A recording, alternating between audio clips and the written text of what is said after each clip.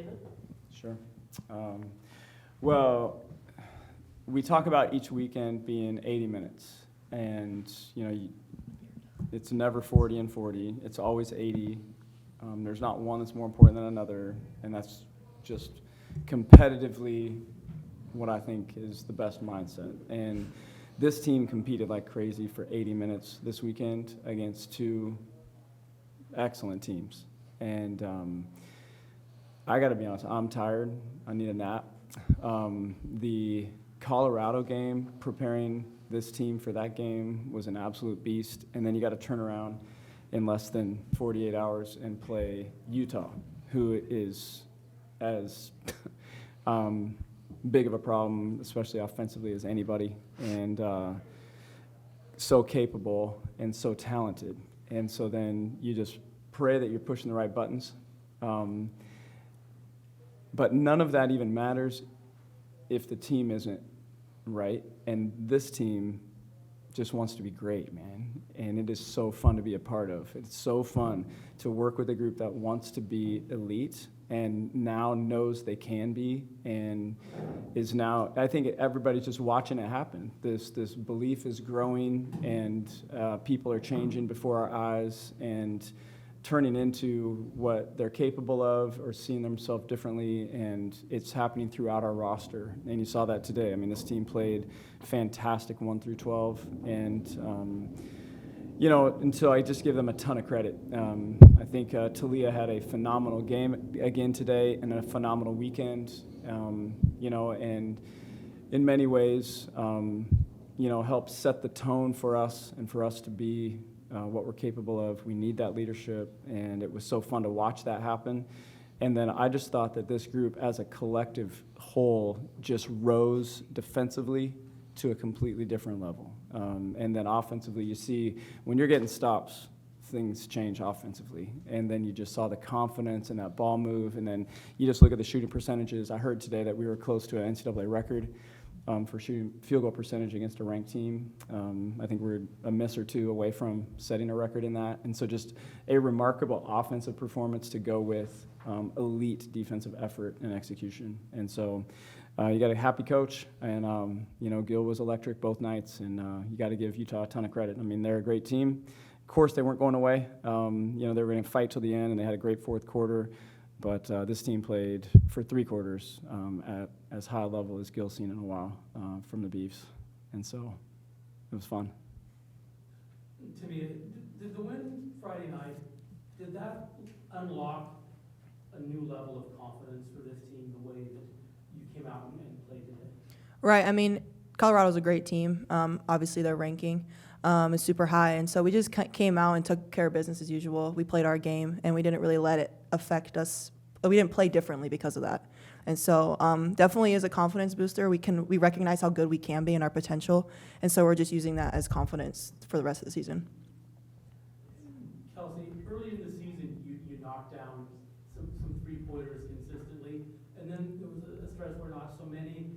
But then in the last couple of games, that shot's really been there. How are you feeling about your role in the offense and taking those open three-pointers when the offense creates them?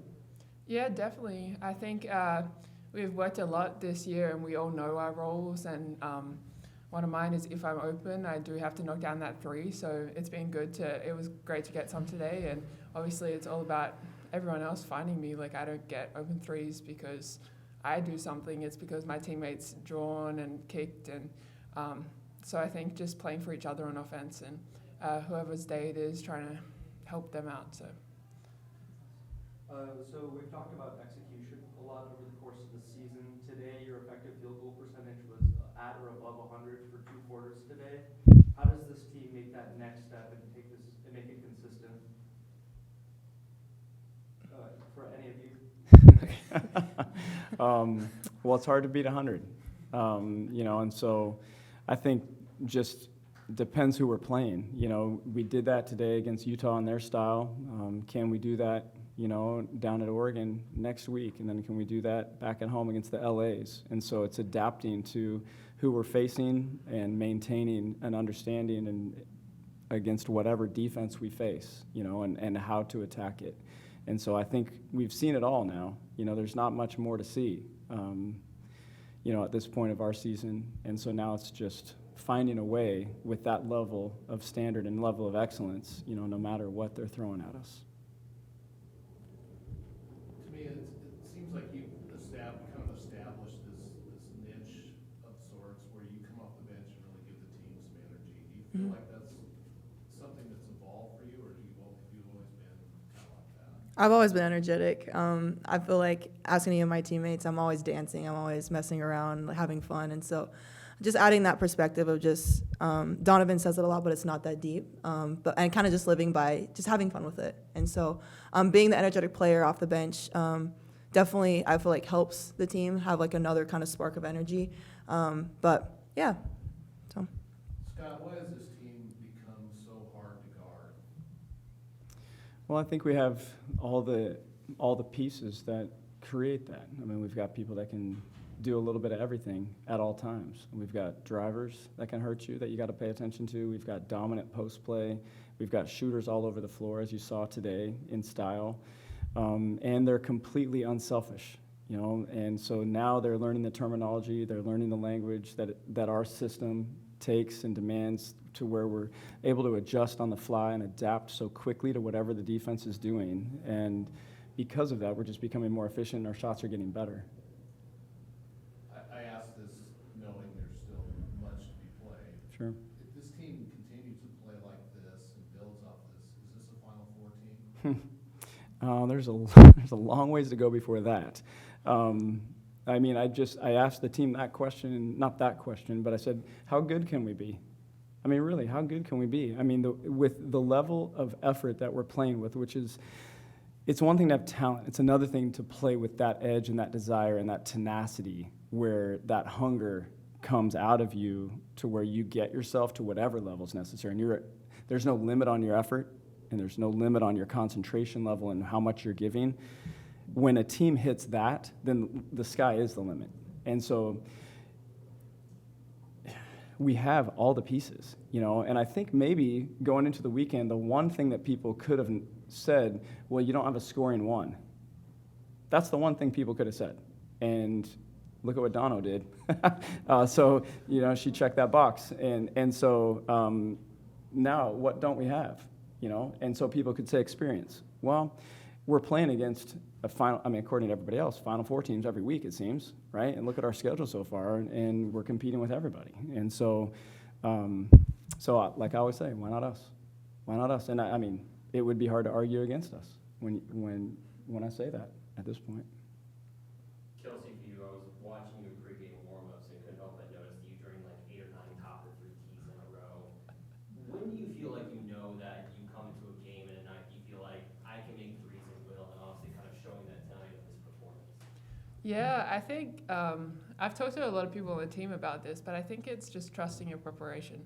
Like knowing you've shot these shots hundreds of times during the week, and then no matter how pregame warm-up feels, like some games, like you shoot really well in pregame warm-ups and you shoot really well in the game. Some of the games you shoot terrible in pregame warm-ups, but your first 3 in the game goes in and suddenly you're there. So I think it's just trusting preparation.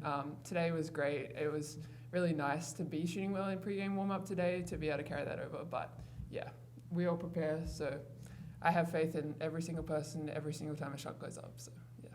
Scott, for you, a couple first for your team. Dono obviously having, I believe, her first double-double, 17 point, 10 assists, both career highs for her. And Reagan Lears, taking a look at the stats. First time she shot perfect from the floor. Perfect 8 of 8. Was honestly a little surprised it never happened before. But how impressed have you been? And obviously Reagan stepped from freshman year to sophomore. And just watching Dono grow, obviously over the course of this season. You got 2 great players you're mentioning, so I think with both, that's just a matter of time. I think part of Ray's, part of the shooting perfect, you got to catch the ball at the right time in the right place and understand, the situation, and the game's slowing down. And I would say that's probably true for both of them, that's what's happening. The game's slowing down. I mean, Ray was doubled. They did a nice job, I thought, today of mixing things up on her. I mean, you got Peely, who you can't move, behind her. It was so physical, especially late in the game, where they were able to push her way away from the basket. So just her decision making, she didn't take tough shots. I mean, she took great shots or kicked the ball. until she got the look that she wanted. And I think our team's doing a nice job of finding her better and better to raise those percentages, you know. And then for Dono, for any guard, it's understanding the system, you know, how to operate within it. And I thought she did a great job today pushing in transition and then recognizing when it was there, when it wasn't. So she just, it was just a great point guard, floor general performance. She had such a great savviness to her today and feel, you know, to move the ball on time, get it to where it needs to go, and then obviously score it when that's what they gave her. And it's neat to see that confidence grow and that understanding, you know. So both, you're just talking about one of my favorite words, efficiency. You know, they were both just elite in that category today in their execution. Scott, one more question for you. Obviously, again, the obvious 2 top 25 wins. What do you think this Beaver team showed the nation this weekend and what you guys are capable of? Well, I think if you look at our resume to this point and how we performed, you know, in those 3 losses, you know, our 3 losses are against ranked teams in the top 10 on their home floor, you know, and in all 3, I think we represented ourselves well. You know, the SC game, obviously, as we've said, could have gone either way, for sure it could have. The other 2 we got beat, for sure, but we were right there, you know, just knocking on the door, just a few too many mistakes to win those 2 against those teams at that time. So I think people would probably be looking for proof, you know, and then everybody knows how good Colorado is. They were ranked 3rd. Everybody knows how good Utah is. Even with the injury to Neepkins, they know how good they are and how well they've performed. And did you say Wilk? 23? I don't know how to say her last name. But number 23, that's an elite guard coming off the bench for them. So they've replaced a great player with another great player. You know, they got great point guard play, and they've got the Pac-12 reigning player of the year. And so how good they are. And so I think today just sent a message. This team deserves respect. We proved it now. You know, and so that's what I'm so happy for our team is that you don't have a close call. You've got proof, and not just proof, but proof in style, you know, really both nights. And so, so I think this was absolutely a statement weekend for us. I'd just like to point out that Lily also shot perfect 4 for 4 from the field and had no turnovers.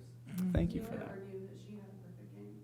Tamina, you seem to have the last few weeks decided that you were just gonna be a rebounding monster and go get everything, especially in tight games. You know, you really go hard after defensive boards. How much do you think kind of making that your calling card has helped everything else click into place for you? Yeah, I think last year having sat out, that was something that kind of took time to get back because getting rebounds is kind of like you read it off the rim, right? And so trying to get that feel and that touch back, I feel like I've got it back. And so it's just been fun. I take it as a challenge. My team needs me to rebound, and so I just love to get up and jump and compete with other people and be physical on the box outs and just going up and ripping it. So, yeah. I'll ask one more since you don't get questions from me that often anymore. Obviously, it's easy to be excited when you're like blowing out a ranked team. But what really strikes me about this group is how much you all celebrate each other's success and how much you really seem to like each other. Mm-hmm. How true is that, and how much of a difference does that make when you're in a tight game that you want to win for each other? Yeah, for sure. We definitely have great team camaraderie. Our team chemistry, we had the opportunity, obviously, to go to Italy this summer, and so early on, we knew we were going to be super tight. And so it's really fun to be out there with your best friends, and when it gets push comes to shove and we really need to come together, we fully trust in each other, as Kelsey said. Like, we trust in each other's work. We've seen each other hoop, and so it's just really just everyone comes together and we all play for each other. Anyone else? All What right. did you two say? Wait, I want to know what the team said when Scott said, "How good can we be?" We all were just like pretty freaking good. That was the quote. Yeah. All right, thanks, you guys. Thank you. Say Oh, Beavs. Go Go Beavs. Beavs. Hey, there we go. Got to do that. Yeah.